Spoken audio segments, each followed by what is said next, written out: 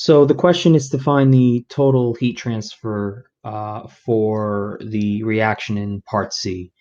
And you already went ahead and solved the equation for the reaction in part C with 30% excess air.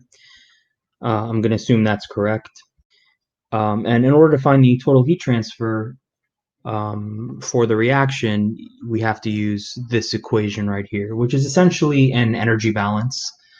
But it's an energy balance that, number one, includes the fact that there's a chemical reaction going on. That's what these terms are for. It's called the enthalpy of formation.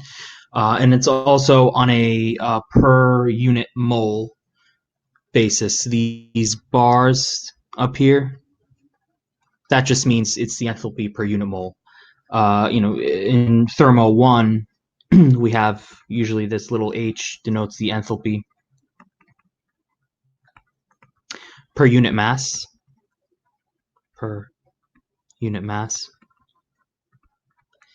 H bar just means the enthalpy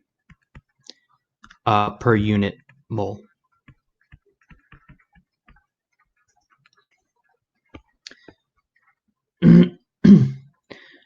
The enthalpy of formation is essentially the enthalpy associated with the formation of each element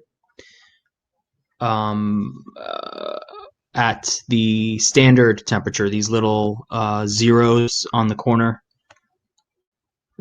they're associated with standard pressure and temperature. So that just means at 298 Kelvin.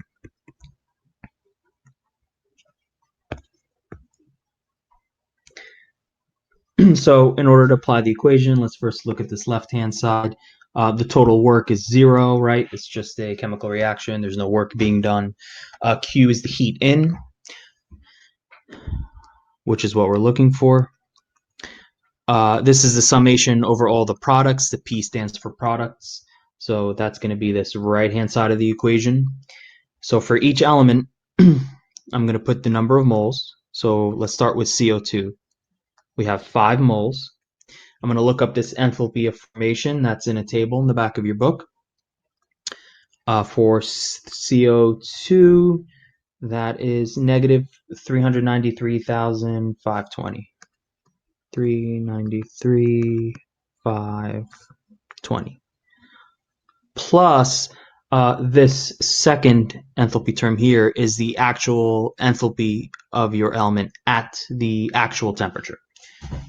So based on the problem, the products leave at 400 Kelvin.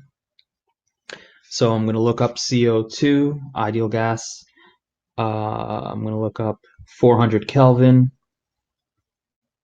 The enthalpy of formation is 13,372.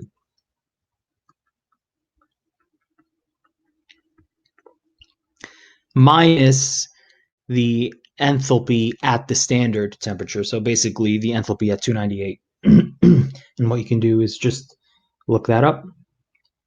By definition, I'm looking at the 298 Kelvin, and that's 9,364.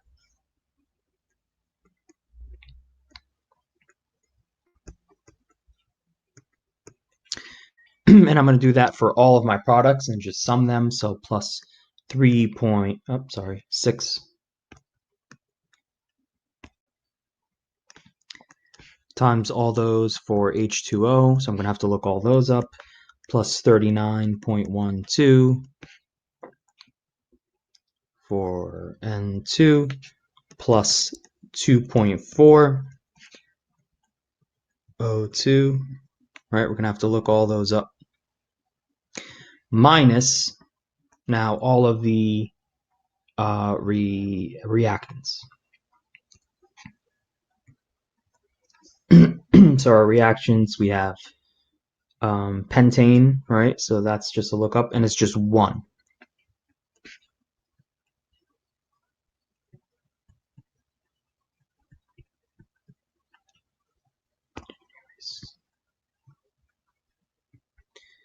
Minus 10.4 times all that stuff for O2, right? And we go on and on.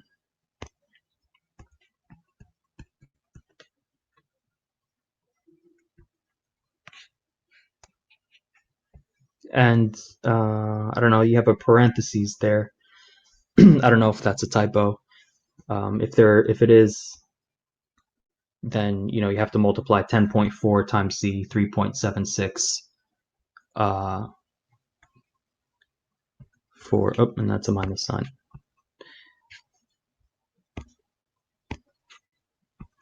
So 10.4 times 3.76 times all that stuff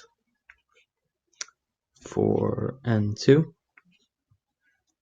And what's nice is that for the reactants, since they're entering at 298 Kelvin, these two terms are just going to be zero, because this is at 298 Kelvin, and this H naught here is also by definition at 298 Kelvin.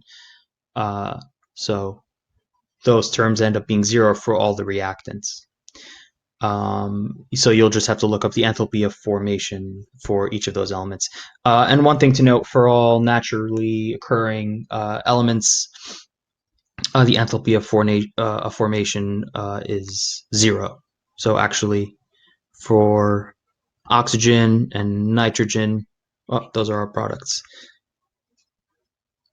Do we have any? Yep, so for oxygen and nitrogen in the reactant side, those are going to be zero. So that makes life easier. So yeah, you just have to look up those numbers, and then that's going to be your answer.